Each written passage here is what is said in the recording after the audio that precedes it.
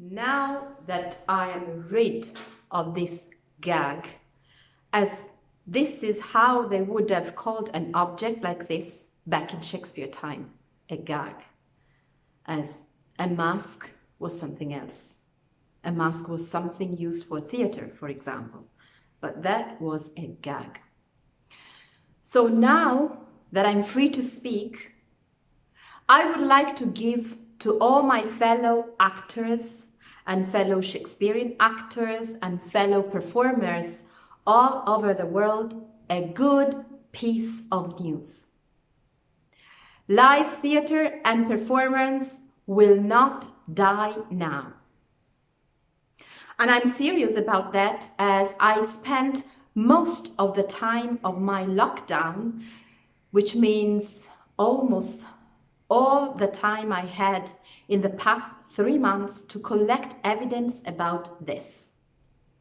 The major question that would not let me sleep at night was, will all live theater and performances stop here?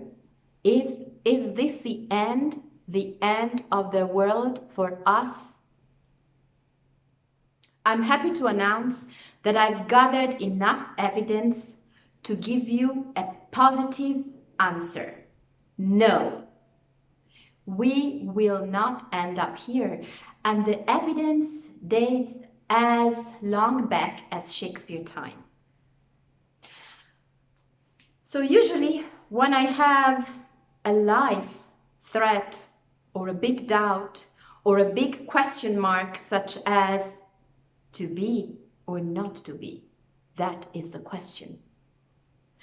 I usually interview my two gurus, and these are Shakespeare and the folk tales from the oral tradition. And they both answered me, no, theater will carry on. Now, in Shakespeare's lifetime, he faced 5 outbreaks of the plague. And when I mean 5, I'm just counting the major ones, the ones reported in the chronicles of the time and in what can be compared to our news today. So in Shakespeare's lifetime, there were at least 5 outbreaks of the plague, and serious ones. I'm not counting amongst those the first one he met when he was only 3 months old back in Stratford-upon-Avon. I guess his parents might have freaked out quite a lot, because baby William was only 3 months old, but fresh in their memories, there was the death of his brother. His elder brother had died of plague, of the previous outbreak. So we can picture this couple barricading themselves in their house in Stratford-upon-Avon while the Black Plague was harvesting 1/5 of the village people. So that is Shakespeare's baptism with the Black Plague that will accompany him all his life long. The second big outbreak he faced was in 1593-1594. Now, this is the time when Shakespeare is already in London. His name is quite well known, both as a poet, a writer, and as the head of his theatre company. So when this happens in 1593, what does Shakespeare do? The theatre are shut, and with them, his income becomes 0. This is when Shakespeare will find help from his protectors and will start writing material that could be performed in front of small groups. Small groups as the ones that we will be able to perform in front of in the next month. Small groups like 10 people or maybe 20 people. with some social distance, we don't know about that. But surely only small gatherings in private houses. For this kind of audience, Shakespeare will write Venus and Adonis and The Rape of Lucrece. Now, nowadays we may as well consider those works as minor Shakespeare work, but that wasn't so in the opinion of his contemporaries. Only during Shakespeare's lifetime, Venus and Adonis was published 15 times. And all the 15 times sold out with great success, and by this granting the author a good income for living during the time of Black Death. What else did Shakespeare do during the plague? Well, very likely he worked at his future plays. For instance, in the years between 1606 and 1610, there were 4 major outbreaks of the Black Plague. And as far as we know from the contemporary documents, theaters have been shut for way more many months than now. Apparently, between 1606 and 1610, theaters in London were only open for a total of 9 months, and those not in a row. Can you imagine? 5 years, only 9 months of work.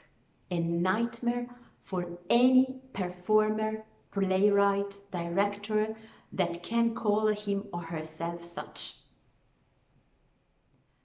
Still, we find out another amazing detail regarding these years. These are the years when Shakespeare composed, together with his men, masterpieces, absolute masterpieces, such as King Lear, Macbeth, Antony and Cleopatra. Can you believe that? I mean, almost 11 of his greatest masterpieces date back between 1606 and 1610. And these are works that burst with life and energy and love and tragedy, of course. But funny enough, he never speaks of the plague. That's quite interesting, because other contemporary authors do so. Some of them even dedicate entire plays or poetries or text to the plague and to Black Death and to the loss that comes with it. But Shakespeare, he doesn't. Still, as far as we know, he never left London during the big outbreaks of the plague. And the plague and quarantine came very close to his house. In 1606, there is another very interesting happening in his life. His landlady died all of a sudden, very likely of the plague.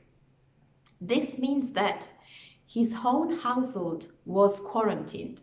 They would paint a red cross on the door, and from that moment on, he could not go in nor out, not even for food shopping, and he had to rely on the goodwill of people calling at his house and leaving food out of the door. Still, William Shakespeare does not seem bothered about the plague in his own plays. Now we might question how, why? Well, I do not have an answer about this, as Shakespeare scholars usually do not have answers, at least sure answers for many aspects of his life. But as an artist, I try to read his texts and I try to understand. Probably he does not want to be focused on the disease only. Probably he wants his mind to fly somewhere else, and he wants his contribute as an artist, as an actor, as a playwright, as a director, to lead people's mind in another space. Now, as I said, Shakespeare does not speak about the plague, which is not entirely correct because he mentioned it. But the way he mentions the plague is more as a matter of fact, as something that belongs to his daily routine, rather than a monster, something really threatening, or something that could cause an obsessive behavior or obsessive thinking. For example, plague on those pickled herrings. Exclamations in everyday life that link the idea of plague with something related to not liking something or disgust. There are, though, more serious and subtle quote about the plagues. A very interesting fact that, truth to be said, I never focused on before, is that the plague and quarantine, so we can use a modern term, the plague and lockdown, are indeed the engine that will lead Romeo and Juliet tragedy, and that will lead to their untimely death. It all starts with Mercutio. My students know that I always considered Mercutio the real protagonist of Romeo and Juliet and my favorite character of all. And now Mercutio, when he dies, he threatens both the Capulet and the Montague houses with a curse. And in Shakespeare time, curses are something to be taken very seriously. If someone curses somebody, it is as if an arrow is coming out of their mouth and piercing their target skin, bone, heart, causing their death. And Mercutio, when he will die, he will utter these last prophetic words: plague on both your houses. Plague on both your houses. And now we kind of forget about those words for the rest of the play. But by the end, what really will cause Romeo and Juliet death is the fact that the friar sent by Juliet to, or better, by Friar Lawrence, to warn Romeo about Juliet's fake death is quarantine. So the very messenger carrying the most important message of the whole tragedy is quarantined, which means he's not able to deliver the message due to isolation for the Black Plague. The undelivered message will be the cause of the death of Romeo and Juliet. So somehow this idea of disease and pandemic being part of humankind fate is like those characters that Shakespeare writes for himself. Shakespeare did not play Romeo, nor Mercutio, nor Hamlet, as far as we know, but he played characters such as Friar Lawrence. He played characters such as the fools, the old kings. He played characters that, the gravedigger, characters that seem to be secondary but carry often a big meaning in the play. Now, plague is like this. It's like a shadow on Shakespeare's work, but a shadow he's able to live with.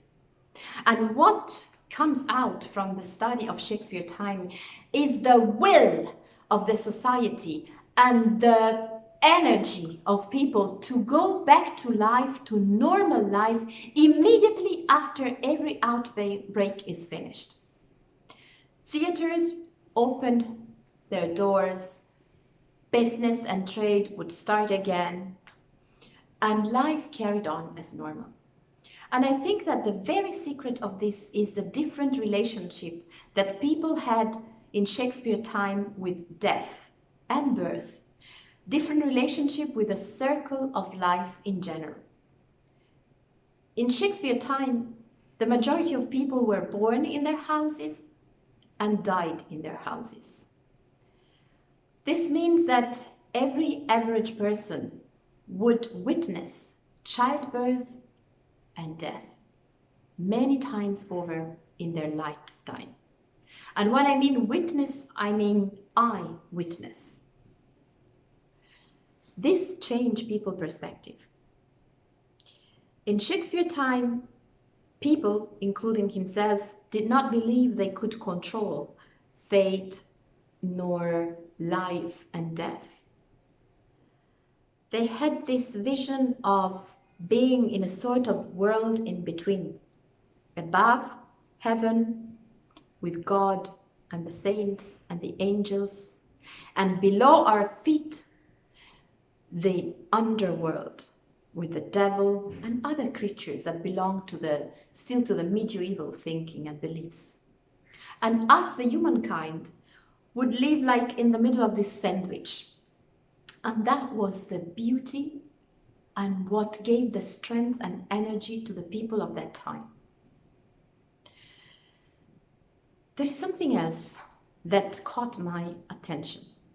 1606 is a year where many other amazing things happen in Europe and in the world, in what was known as the world at the time.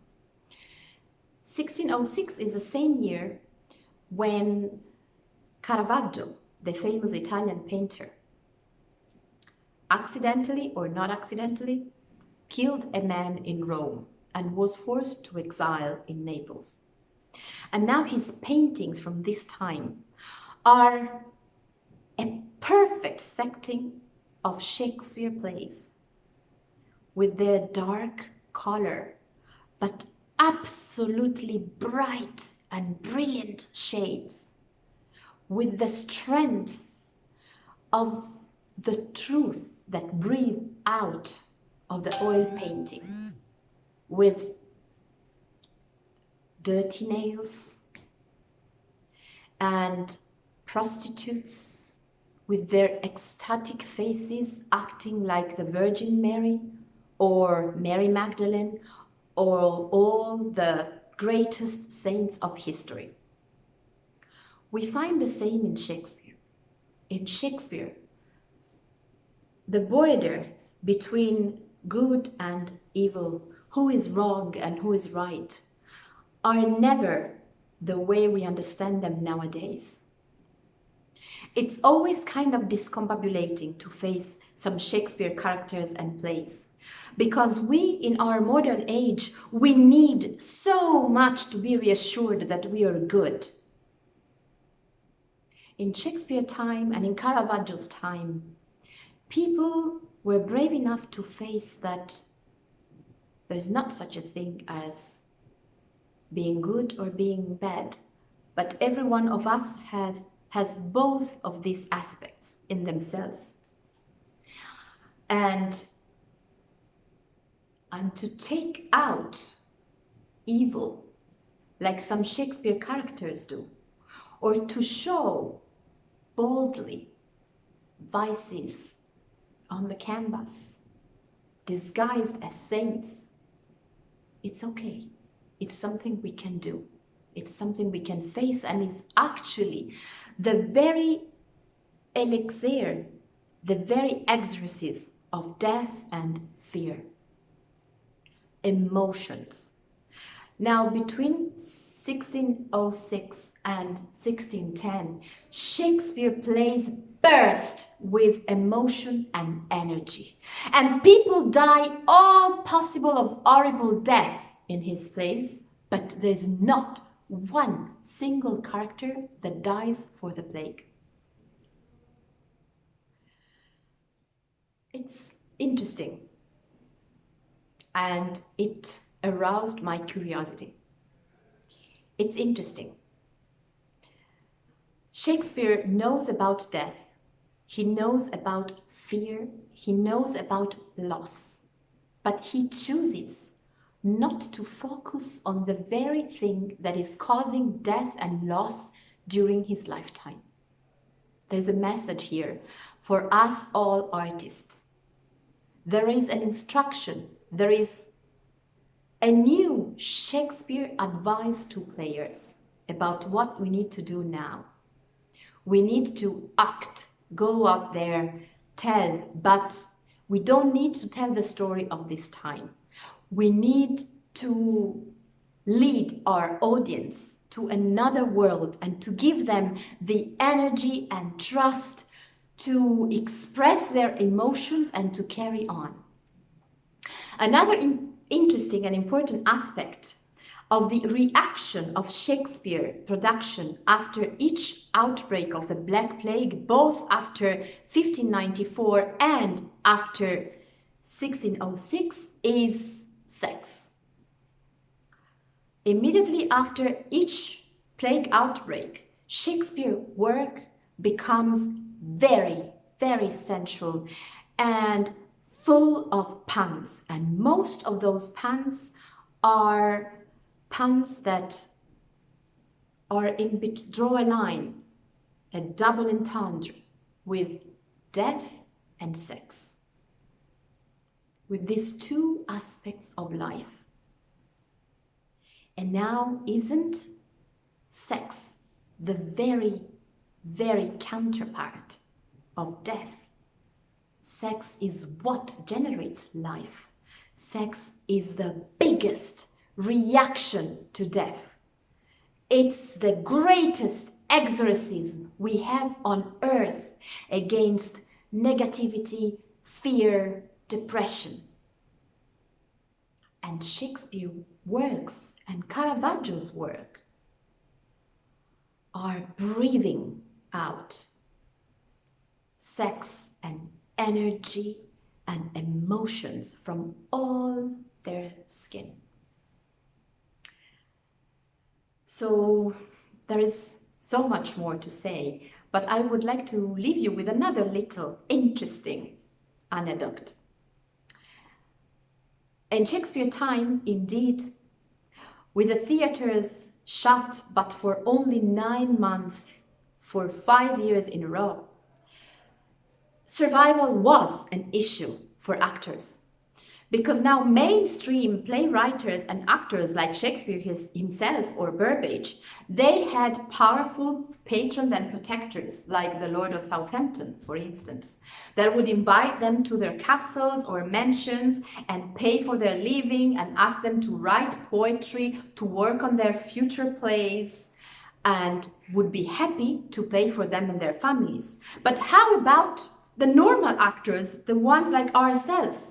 The people who lived of the stage and the stage only, the ones that were not famous, although they were good, they were established, but not mainstream characters. What happened to them?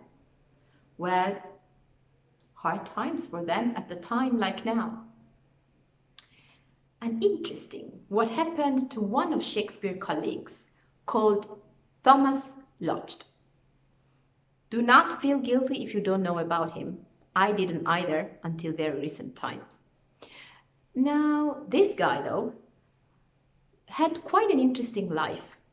His big dream was to become a playwright and an actor. But as things stood, he didn't have much luck. He never became famous. He worked apparently also with Shakespeare in Henry VI, Part 3. And he wrote some of his own plays and he saw them staged in London, but still not enough to make a living or to grant a living when theatres were closed. And therefore this guy, in the first outbreak in 1593, he became a sailor. And he went all the way to Brazil. At the time, imagine, America had just been discovered and he embarked in a sailing voyage. And likely much of his ideas came out of these voyages, and they might as well have influenced, worked like Shakespeare's Tempest. But then he had another idea. When his sailor career finished, or maybe he wasn't tailored for that either, he thought, what is the only job that is still productive even during the darkest outbreak of the plague? Medicine. Well, fair enough. The only one not risking their job during a pandemic are doctors. And he decided to become one. In time of Black Death, he decided to challenge the risk of dying, and he became a doctor. He studied at Oxford and he became a doctor. And now it's quite interesting. He lived a double life of both playwright, actor, and doctor for almost 20 years. And for the second outbreak in 1603 as a start, and then carrying on 1606 to 1610, he wrote even a treatise about the plague called The Treatise of the Plague. He had become an expert, and he makes an observation that really caught my attention. He speaks about the psychological effect of quarantine and lockdown on people. And he speaks about something that I think it's skipping most of our government's mind at present. He observed that the people who had been isolating too long, the people who had been forced to stay apart from their loved ones for too long, and he makes a long list. He says, for in truth, it is a horror to part fathers from children, brothers from sisters, husbands from wives, and even friends from friends and colleagues from colleagues. He says it is a horror to do so, but is not Black Death a bigger horror? Not in his opinion. As he writes that he had observed how people who had been isolating for too long and have lost the contact and joy of human presence for too long are weaker in front of the disease when they meet him. He observed that the death rate is way higher in people who have been previously isolated than in people who have kind of tried to carry on with their life. It's quite interesting. And it comes from a person who is not only a doctor with 20 years of experience in time of Black Death, but also from a person of theater. Rare, even now, to have both those skills, but enlightening for us, I think. As all talks about Shakespeare, there are no sure rules, nothing taken for granted, and it's not the gospel. But it's something I like to reflect upon, and with a wish for all of us actors, Shakespeare lovers, and stage people to carry on with Shakespeare's own energy, positivity, and great outburst of love for the stage, ideas, and creativity now as ever.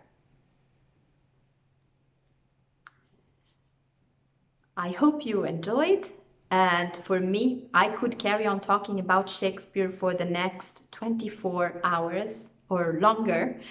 I'm sure you're already bored, but if you're not, and if you came all the way to here, I would like to hear your opinions, and I would be happy to share some more Shakespearean thought in the next days.